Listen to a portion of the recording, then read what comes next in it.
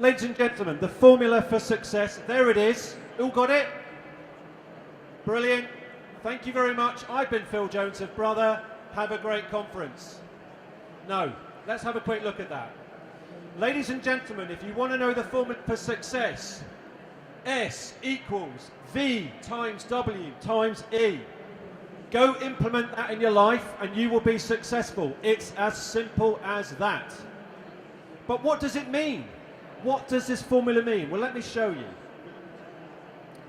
Success equals when you have a vision and work tirelessly at your vision and you are very efficient in the work that you do. Very simple. Do that. That is what successful people do. So let's have a quick look at what efficiency looks like. Efficiency is when you have constancy times a methodology.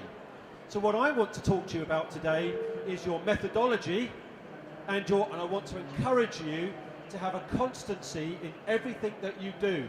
What I mean is a priority every single morning when you wake up about what your main effort for the day should be to achieve your goals.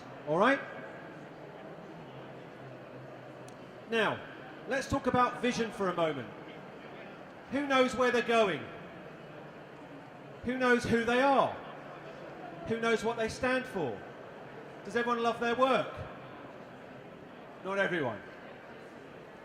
One of the things that I come across most often when I'm out coaching entrepreneurs and meeting businesses is everyone gets confused about the difference between visions, missions, vocations and professions. So here it is, ladies and gentlemen. This is the difference between those four different things.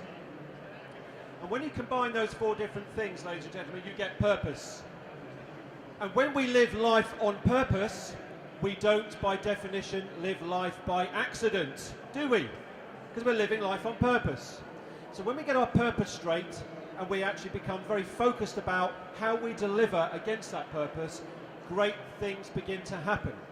And if I can teach you one thing as somebody that runs an enormous 9-figure-a-year business, it will be you've got to figure out why you're here and what you're meant to be doing, and you've got to start cutting out stuff from your life in order that you have time and energy to prioritize against the things that count. Make sense?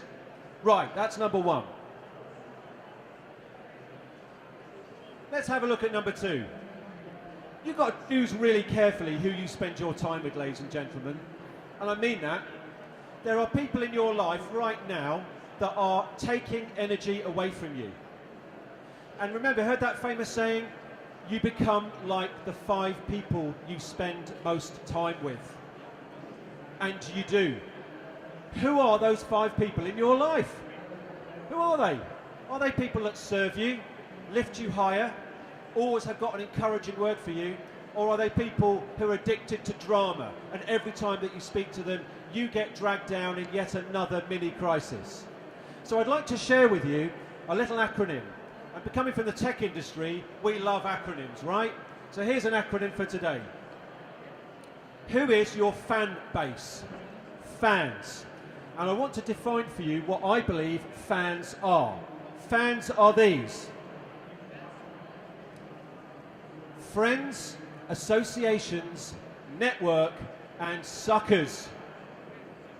And as you go higher up a tree in a company, and as you spend just more of your time trying to grow your business, more and more people are going to magnetize towards you.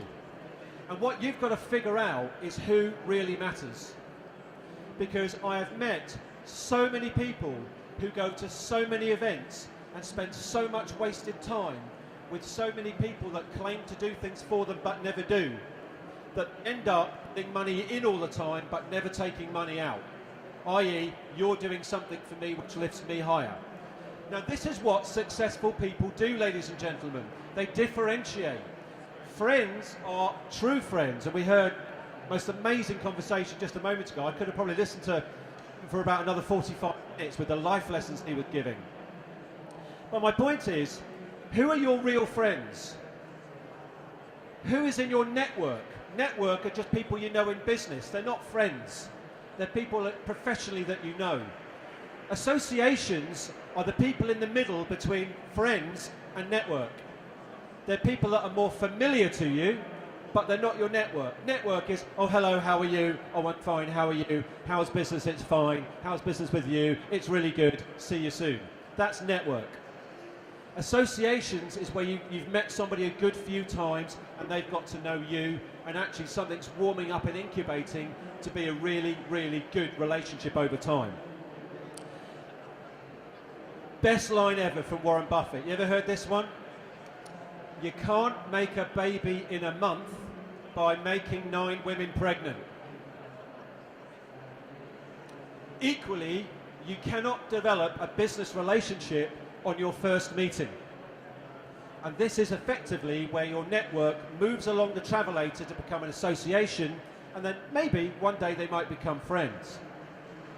But ladies and gentlemen, I want to encourage you today to eliminate the suckers out of your life. It's time for them to go. It's time to say ta-ra to the people who effectively are pulling on you but never contributing. And successful people do this really, really well. And they're very, very drilled about it. They don't compromise. And all the successful people I've met, and I know people that own and run billion-pound-a-year businesses, they operate this. So here's a gift to you. Why don't you do that? Because when you do that, you will start to free up more time. Because it's important you free up time in your diary, because if you want to be grand, then you've got to get out of the grind. So lots of people I meet are in the grind. They're just doing. Nothing happens as a result of it. People that are passionate and spend their time wisely end up grand. These people get above the clouds. There's only blue sky above the clouds, ladies and gentlemen, right? You never see the rain. Number 3. I'm about to gift to you one of the greatest productivity tools known to man. That's a pretty big statement, isn't it? What about that? I learned this at an innovation workshop some years ago, and it's been one of the best things that I think I've ever seen. And it's simply called a priority matrix. Now, ever been to a brainstorming session where you do like 3,000 post-it notes on a wall, you spend 4 hours doing it, and then 4 weeks later you go, whatever happened to the stuff we did at that brainstorming session? Well, nothing happened, because it all got left there, didn't it? Because nobody took that down, because it became overwhelming. This tool is about how you prioritize the things that are going to get you fastest to your goals above any other, and it will lead to great business success. Because sometimes people confuse motion with progress. You're busy all the time, my diary's full, oh yeah, I'm out, oh are you? Well, what have we got as a result of that? Ladies and gentlemen, your diary is your statement of intent against your goals. Your diary is your statement of intent. So if I was to look at your diary right now, what does your diary say about you, and what does your diary say about how serious you are about achieving what you want to achieve, your purpose, whether that be a business purpose or a life purpose? When you look in that mirror, that might be quite a painful reflection, because you're going to have to re-engineer and rewire what goes in, and you have to learn to say no. Big lesson. I've seen lots of busy fools because they say yes to everything, thinking that everything leads to an opportunity. It doesn't. 25 years in business, ladies and gentlemen, has taught me that it doesn't. When you select the correct pathways, you will begin to create better opportunity for yourself. So here it is. It's called a priority matrix. So if you've got all your ideas on a wall, there they all are, and our objective is to grow the business by 10%, which we write in the top. We've got this post-it note that says, do this, and what we do is we come to our priority matrix and we decide if we were to do this one thing, oops, if we were to do it, what impact would it have on the business if we did it? It's going to be high. So it goes high. Brilliant. Next thing, how easy will it be for us to do it? Easy, medium or hard? And then we can move it along. And then we need to decide, is it in our control or out of our control? And if you have anything from your brainstorming session that happens to be high impact, easy to do, and in your control, JDI, just do it. Muster your resources to do that immediately. And stop distracting yourself with things that might be down here, which are difficult, low impact, and out of your control. Successful people do this. They push away stuff that doesn't create impact and momentum. So, fantastic tool, number 3. Do you know what your own bias is, ladies and gentlemen? Now, I'm right-brained, which means I quite like to see things visually.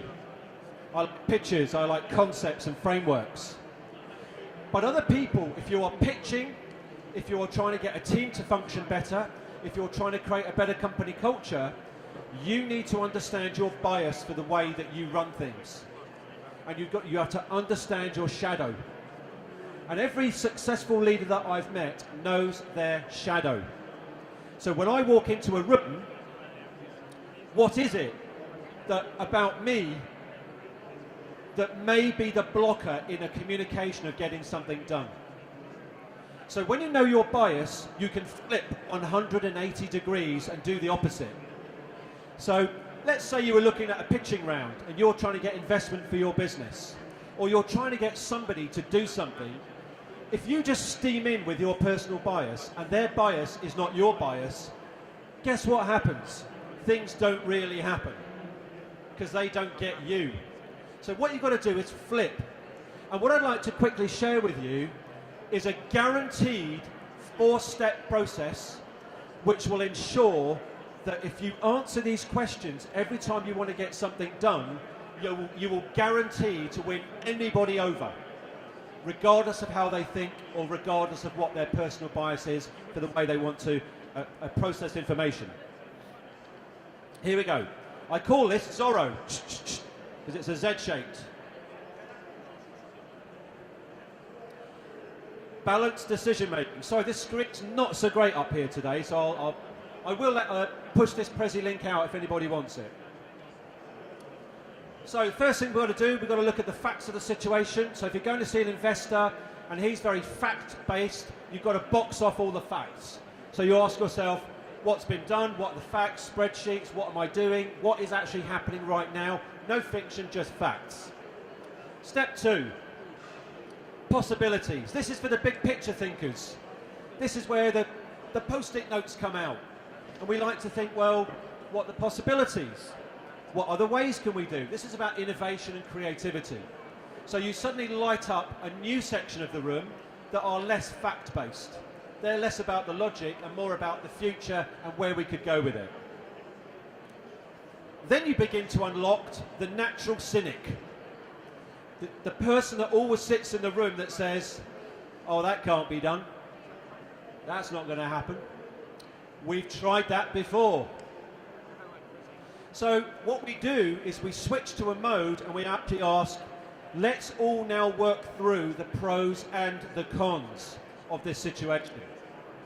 And what that means is somebody who has a naturally negative position forces them to be positive about whatever it is you're trying to get resolved or solved. And finally, we bring in the people, the F, the feelers, the people that are concerned about the impact on the culture and the people within it. So we ask ourselves these questions. So ladies and gentlemen, if you, next time you're going to a pitch, a sales pitch, you're having a company meeting, if you box off your presentation before you go and you ask yourself this series of sequence of questions in the Z, you will be guaranteed to be more successful in your impact. So this is smart thinking, right? So we spend more time by giving up time with suckers, by prioritising the things that matter, in order that we can do this and become more successful.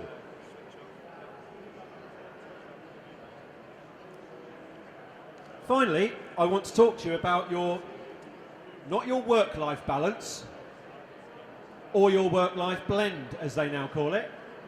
What I want to talk to you about is your create-react balance. You've never heard of that, have you?